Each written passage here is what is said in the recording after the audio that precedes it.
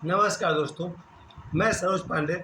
आज हरितालिका तीज पर्व के अवसर पर सभी माताओं बहनों को तीज पर्व की हार्दिक शुभकामनाएं देता हूं।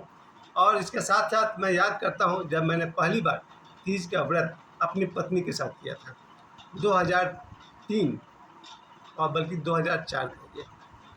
मुझे उस दिन को याद करते हुए बहुत खुशी होती है और साथ में मेरा संदेश यही है कि शायद केवल भारत में ही, यानी कि हिंदू सनातनी परिवार में ही पत्नियां अपने पति के लिए व्रत करती हैं। क्योंकि अगर मैं रिसर्च करूं तो जहां तक मेरी अपनी जानकारी है, दूसरे किसी धर्म में, चाहे वो इस्लाम हो या क्रिश्चियनिटी हो या अन्य किसी धर्म के बारे में मुझे ज़्यादा नहीं पता, लेकिन मेरा ख्याल है अब तक कि केवल भारत में ही पत्नियां अपने पति के लिए व्रत करती हैं। और अक्सर लोग मजाक में ये भी कह देते हैं कि पति अपने पत्नी के लिए व्रत करते हैं। नहीं, मेरे हिसाब से व्रत करते हैं। लाखों करोड़ों पति जब भूखे प्यासे रहकर कहीं नौकरी करते हैं, किसके लिए करते हैं? सिर्फ अपने लिए नहीं, अपनी पत्नी के लिए और अपने बच्चों के सुख के लिए। मेरे हिसाब से ये भी तो एक व्रत है। एक पति 8 घंटे की नौकरी करते हैं या 12 घंटे की नौकरी करता है, कितने सारे प्रेशर में काम करता है, अपने सीनियर्स की बात सुनता है, जूनियर्स को भी कंट्रोल करता है, तब वो जाकर कहीं 4 पैसे कमाता है। किसके लिए? भारतीय पति कम से कम अपने पत्नी और अपने बच्चों के लिए। इसलिए अगर ये कहा जाए कि सिर्फ पत्नियां ही तीज व्रत करती हैं तो अच्छा है, उचित है, लेकिन पति भी अपनी पत्नियों के लिए व्रत करते हैं और उनका व्रत है पत्नी के प्रति प्रेम और समर्पण। आज मैं भारतीय विवाह को लेकर के अपनी जो धारणा है वो आप सबके सामने रखना चाहता हूँ। क्योंकि जो कुछ भी मैंने शास्त्रों में पढ़ा, श्री रामचरितमानस से पढ़ा, महाभारत में पढ़ा, रामायण में पढ़ा, उन सब को देखते हुए मुझे एक बात समझ में आ गया कि भारत में पति पत्नी का संबंध बहुत ही गहरा है। इतना गहरा कि विवाह के समय कहा जाता है कि पति पत्नी का संबंध 7 जन्मों के लिए होता है। कभी कभी सोचिए, 7 जन्म के लिए क्यों, 6 जन्म के लिए क्यों नहीं, या 8 जन्म के लिए क्यों नहीं? क्योंकि कहा जाता है कि हमारे शरीर में आध्यात्मिक रूप से 7 चक्र पाए जाते हैं। आध्यात्मिक रूप से जो 7वां चक्र होता है वो सहस्त्रार मोक्ष का द्वार है। यानी मूलाधार से लेकर के, मूलाधार है, स्वादिष्टान है 2 नंबर पर, मणिपुर है, अनाहत है, और अनाहत के बाद अब मुझे खुद भी याद नहीं आ रहा है, अनाहत के बाद विशुद्ध चक्र है, विशुद्ध के बाद आज्ञा चक्र है और उसके बाद सहस्त्रार है। तो 7वां चक्र पर पहुंचकर आदमी मुक्त होता है। यानी पति पत्नी का संबंध 7 जन्मों का होता है। 7 जन्मों में ये लोग आध्यात्मिक प्रगति करते करते मोक्ष को प्राप्त करते हैं। और इस बात को मैं भी अपने बल पर कहना चाहता हूँ, आध्यात्म की मार्ग में मोक्ष तक पहुँचने में पत्नी आपकी पूरी सहायता कर सकती है। मैं तो यहाँ तक भी कहूँगा, हो सके तो मेरी बात आपको गलत लगे तो बताइएगा, आध्यात्म के मार्ग में 7वें चक्र को पार करने में आपकी माँ जितना सहायता कर सकती है, आपकी बहन जितनी सहायता कर सकती है, उससे कहीं ज़्यादा आपकी पत्नी सहायता कर सकती है। कारण आप खुद समझ जाइएगा। क्योंकि आध्यात्म क्या है उस पर आज हम लोग बात नहीं करेंगे। आज हम लोग यही कहेंगे कि पति पत्नी के बीच जो ये संबंध है, केवल भारत में ही पत्नियां अपने पति के लिए व्रत करती हैं। और इसलिए मैंने अपनी तरफ से बात जोड़ दिया कि भारत के पति भी अपने पत्नी के लिए व्रत करते हैं, मंदिरों में जाते हैं। लगभग हर पति, भारतीय पति जब भी मंदिर जाते हैं तो क्या सिर्फ अपने लिए मांगते हैं? नहीं, अपनी पत्नी के लिए, अपने बच्चों के लिए। मेरा सौभाग्य रहा, मैं शायद 13 बार या 14 बार, 14 बार मुझे तीज पर्व मनाने का मौका मिला। 2003 से लेकर के 2016 तक 14 टाइम्स, 14 बार मुझे तीज का व्रत मनाने का मौका मिला। पहली बार जब मेरी धर्मपत्नी ने 2003 में तीज का व्रत मनाया था, तब मैं मुंबई में था और मेरी पत्नी बोकारो में थी। बहुत उनको मैं महसूस करता रहा। जब तक वो उपवास करती रही तब तक मैं मुंबई में उपवासा ही रहा। यानी जब तक मेरी पत्नी ने भोजन और जल ग्रहण नहीं किया तब तक मैंने भी भोजन और जल ग्रहण नहीं किया, 2003 में। उसके बाद 2004 में हम लोग साथ साथ थे और हमने फिर तीज का व्रत एक साथ किया। वो भी उपवास थी, मैं भी उपवास था। जैसे जैसे उन्होंने व्रत किया वैसे वैसे मैंने व्रत किया। अब आपको लगेगा बागबान फिल्म में ये सीन था अमिताभ और हेमा मालिनी के बीच में कि वो लोग व्रत करते हैं, कुछ वैसा ही था। शायद मैंने कॉपी किया हो, उनका नकल किया हो, लेकिन मेरे हृदय में अपनी पत्नी के लिए जो प्रेम था, जो सम्मान था, उसके लिए हमने उनके साथ 2 बार तीज किया। उसके बाद से मुझे काम करना पड़ता था, स्कूल में टीचर या जो कुछ भी रहा। 2016 तक मेरे लिए उन्होंने जो तीज का व्रत रखा है, कहते हैं कि तीज का व्रत अपने पति के दीर्घायु के लिए किया जाता है। उन्होंने जो भी व्रत किया, उनका स्वयं की उम्र तो बहुत कम रही, शायद उन्होंने 40 वर्ष के आसपास में उन्होंने दुनिया छोड़ दी, या उससे भी कम उनकी उम्र रही होगी जब उन्होंने दुनिया छोड़ दी।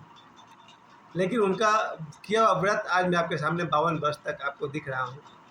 इसके पीछे माता पिता का आशीर्वाद और मेरी पत्नी का किया गया तीज व्रत का जरूर हाथ है। वो कहते हैं ना, मेरी माँ कहती थी कि जिउतिया पर्व करने से बेटा की उम्र बढ़ता है, उसी तरह से तीज का पर्व करने से पति का उम्र बढ़ता है।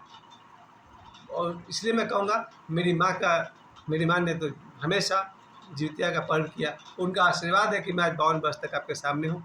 और मेरी धर्मपत्नी का तीज का व्रत का प्रताप कहिए कि आज मैं 52 वर्ष तक आपके सामने हूँ।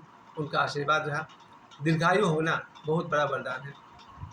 सोचिए, किसी के पास धन हो, दौलत हो, एम्बिशन हो और उम्र न हो, कितना मुश्किल हो जाएगा। किस तरह से मैंने देखा अपनी माँ को तीज का व्रत करते हुए। इतना लंबा नाम मैं बार बार नहीं लूँगा, हरितालिका तीज बोलना मुश्किल हो रहा।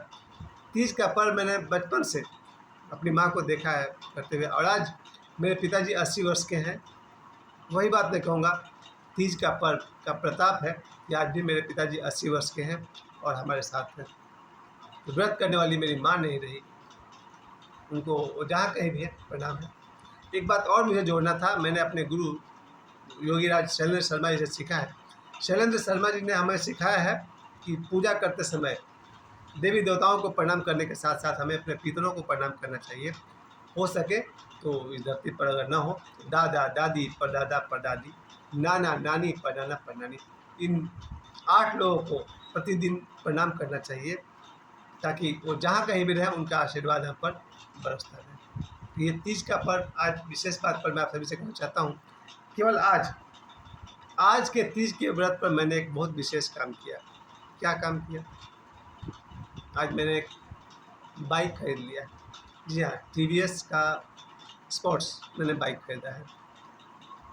आज के दिन तीज के पर्व को यादगार बनाने के लिए कि जिन पत्नी ने मेरा जीवन भर साथ दिया, मेरे लिए तपस्या की, व्रत किया, आज मैं उनके यादगार के रूप में आज शाम को करीब 4 बजे मैंने TVS स्पोर्ट्स बाइक खरीदा। विशेष करके मुझे कहीं आना जाना पड़ता है तो बहुत ज़रूरी है। और मैं आप सभी से कहना चाहता हूँ कि हर घर में, हर भाग्यशाली घर में वाहन, ट्रांसपोर्ट, गाड़ी होना ही चाहिए।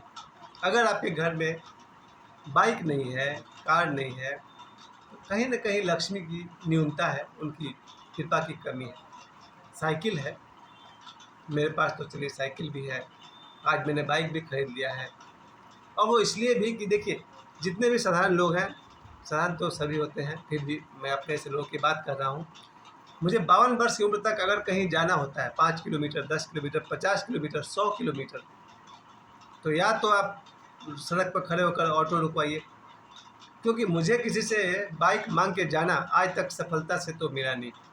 अगर मैं किसी को कह दूँ आज कि भाई अपना बाइक देना, कल हमको बोकारो जाना है, आई थिंक कि मुझे कोई देने वाला नहीं है। मेरा इमेज कोई इतना खास अच्छा नहीं कि मुझे कोई अपना बाइक दे दे।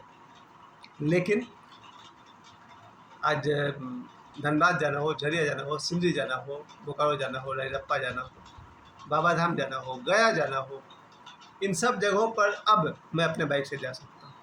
और सबसे बड़ी बात कि मेरे दोनों बच्चे जो स्टूडेंट लाइफ जी रहे हैं, इन्हें स्कूल कॉलेज जाने में अब सुविधा होगी। मैं स्वयं जब किसी स्कूल में जाता हूँ, Subhash Chandra Bose high school, SCB high school, लोकोवेयर, तो आने आने में हमको 20 और 40 मिनट लग जाता है। अगर मैं बाइक से जाऊँगा तो 5 मिनट में जाऊँगा, 5 मिनट में आऊँगा। तो रोज़मर्रा की ज़िंदगी में एक आदमी, जो आदमी पैदल चलता है, मेरे हिसाब से वो जीवन में उतना सफल नहीं हो सकता है जितना एक बाइक पर चलने वाला। क्यों? क्योंकि वो समय बचाता है। समय की बचत ही किसी बिजनेस में इन्वेस्टमेंट है। अगर किसी कुरियर कंपनी को, किसी भी दवा कंपनी को स्टाफ रखना हो, तो वो मुझे रखेगा या बाइक वाले को? सोच कर देखिए, बाइक वाले को रखेगा ना, ताकि उसका काम क्विकली हो। कोई चेक लाना हो, माल डिलीवर करना हो, उनके घर का कोई काम हो, उन सब के लिए कोई भी ऑनर अपने पास बाइक चलाने वाले को रखेगा, पैदल चलने वाले को नहीं। तो मैं, जो कि 52 साल तक मैं पैदल चलता रहा, मैं इस बात को महसूस करता हूँ, जानता हूँ, पैदल चलने वाला आदमी जीवन में पिछड़ जाता है। अब आप ये मत कहिए कि महात्मा गांधी पैदल चलते थे, वो दूसरी बात है। पैदल चलने वाला आदमी अपने जीवन के बहुत बड़े हिस्से को बर्बाद कर लेता है। जो काम 10 मिनट में हो सकता है बाइक से, उसको 1 घंटे बर्बाद करता है। तो गाड़ी का होना बड़े मेरे लिए सौभाग्य की बात है। आज मैंने तीज पर्व के अवसर पर गाड़ी खरीदी, बाइक खरीदा। आप सबकी ढेर सारी शुभकामना और बहुत सारे आशीर्वाद चाहिए, और मुझे समय देने के लिए आपको बहुत बहुत